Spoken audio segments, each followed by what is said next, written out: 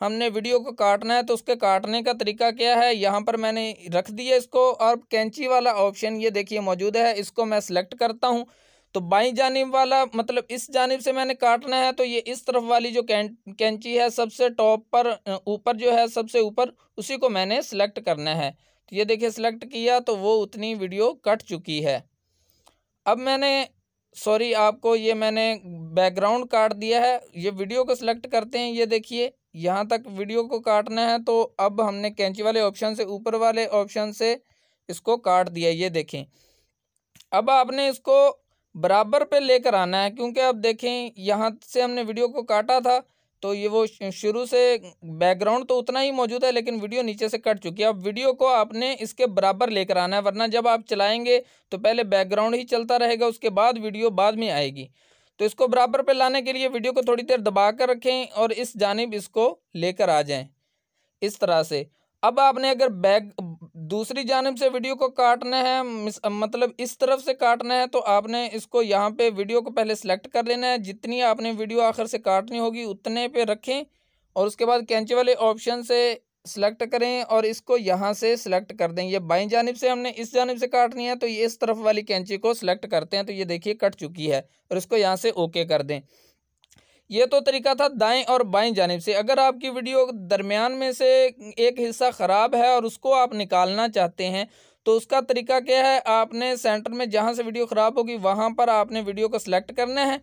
वहां पे सिलेक्ट करके ये शुरू से सिलेक्ट कर लेना है, उसके बाद कैंची वाले ऑप्शन को सिलेक्ट करना है। तो दरमियान से काटने के लिए आपने तीसरे नंबर पर जो ऑप्शन मौजूद है यहाँ पर उसको सिलेक्ट करना है।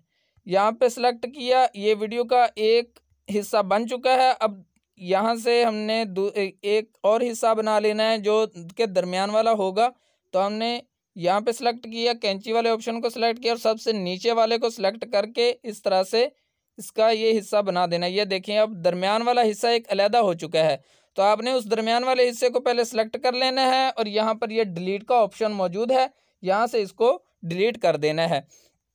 तो अब देखिए ये वीडियो के दरमियान में से वीडियो गायब है और ऊपर जो आपने बैकग्राउंड लगाया था वो मुकम्मल है। तो इन दोनों को जोड़ने का तरीका क्या है, आपने ये वाला जो हिस्सा होगा वीडियो का इसको आपने इधर इसके साथ लेकर आना है। तो वीडियो के ऊपर थोड़ी देर आप दबा के रखेंगे तो उसके बाद आपने इसको इस जानिब इस तरह से लेकर आ जाना है।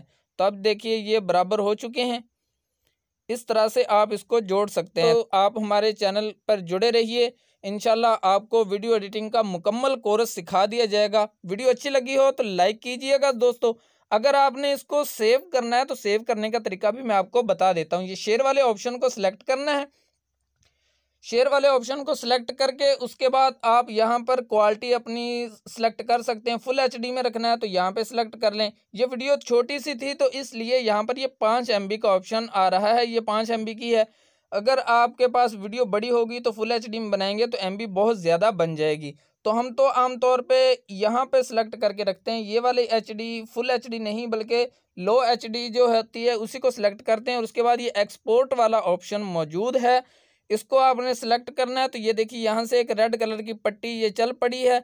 तो ये वीडियो छोटी थी इसलिए तेज़ी से चल रही है। आपकी वीडियो जब बड़ी बनाएंगे तो ये बहुत आहिस्ता से चलेगी।